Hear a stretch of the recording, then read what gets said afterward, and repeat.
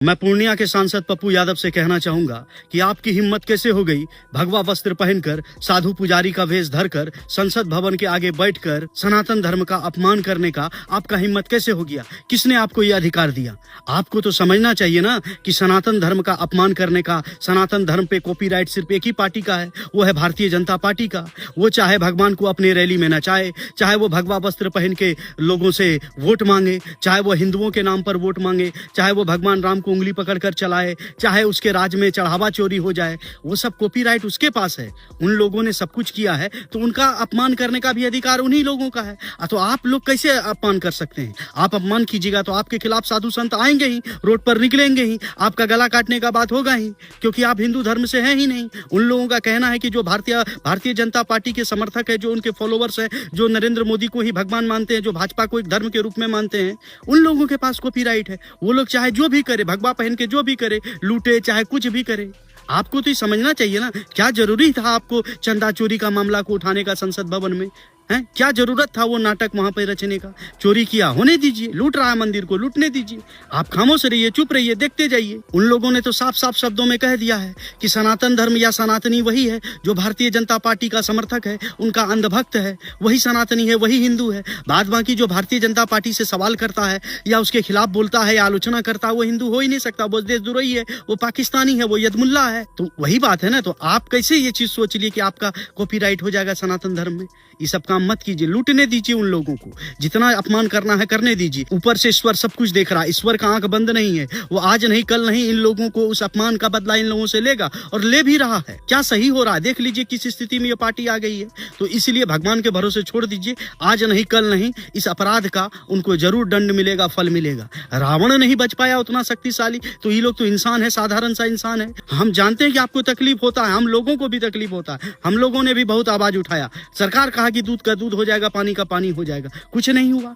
उन्हीं लोगों का आदमी था, उन्हीं लोगों ने चोरी किया, उन्हीं लोगों ने जांच किया, अपना मिला जुला के दूध का दूध पानी का पानी हो गया। हमको आपको कौन अधिकार देता है उस पर सवाल करने का? कहा जाता है कि जहाँ भगवान का पहरा हो वहाँ इंसान की नीयत की परीक्षा होती है।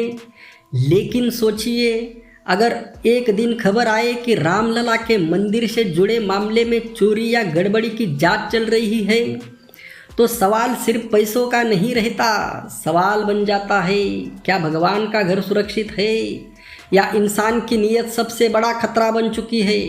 एक डायलॉग है, चोर हमेशा ताला नहीं तोड़ता, कभी कभी भरोसा तोड़ता है, और भरोसा टूट जाए तो सबसे बड़े चोरी वही होती है। अब ज़रा सोचिए, एक आदमी मंदिर में दान क्यों देता है? इसलिए नहीं कि उसका पैसा वापस मिलेगा, वह इसलिए दान देता है क्योंकि उसे विश्वास होता है कि ये पैसा भगवान के काम आएगा। यही विश्वास उसकी सबसे बड़ी पूंजी है। अगर उसी विश्वास पर सवाल उठने लगे तो नुकसान सिर्फ पैसों का नहीं, आस्था का भी होता है। अब सोशल मीडिया का हाल देखिए। एक तरफ लोग बिना जांच हुए फैसला सुना देते हैं और दूसरी तरफ कुछ लोग हर सवाल पूछने वालों को दुश्मन घोषित कर देते हैं। अरे भाई, सवाल पूछना अपराध नहीं है। अगर जांच हो रही है तो सच सामने आना ही चाहिए।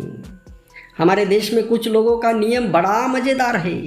अगर चोरी पड़ोसी के घर में हो तो कहते हैं कानून अपना काम करेगा, लेकिन अगर मामला उनकी पसंद की जगह का हो तो कहते हैं सवाल मत पूछो। वाह वाह, कानून भी शायद सोचता होगा, मुझे भी बता दो काम कब करना है और कब नहीं।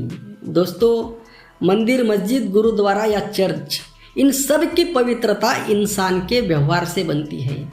भगवान को पैसों की ज़रूरत नहीं होती, ज़रूरत इंसान को होती है, और इंसान को ज़रूरत होती है ईमानदारी की। एक आदमी बोला भगवान सब देख रहे हैं, दूसरा बोला फिर डर किस बात का? पहला मुस्कुराया, डर भगवान से नहीं है, सच से होना चाहिए। आज सबसे ज़रूरी क्या बात है कि जांच निष्पक्ष हो। अगर कोई निर्दोष है तो उसका नाम साफ होना चाहिए, अगर कोई दोषी है तो उसे सज़ा मिलनी चाहिए। इतनी सी बात है।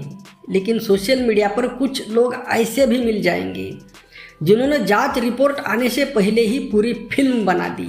कहानी, विलन, हीरो सब तैयार, अब बस अदालत की ज़रूरत ही नहीं है। भाई, अगर फैसला ट्वीट से होना है तो फिर अदालतें बंद कर दो।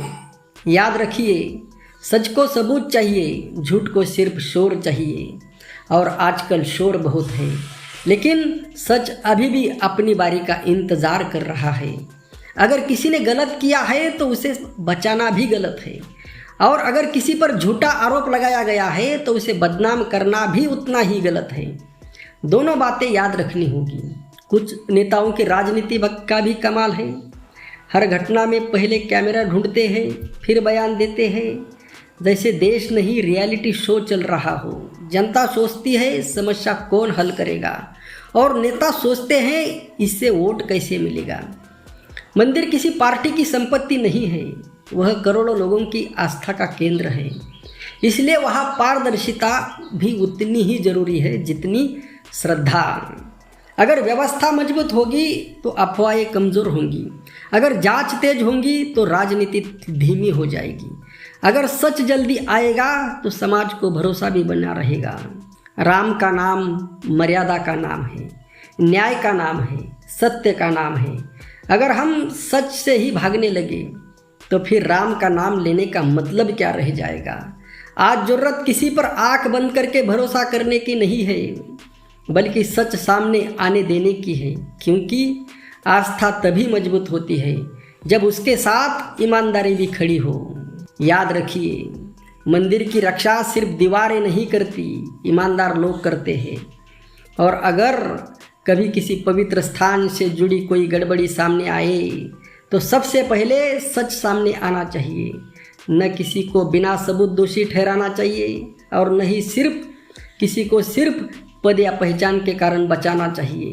क्योंकि राम न्याय के प्रतीक है, और न्याय सिर्फ सच के साथ खड़ा होता है।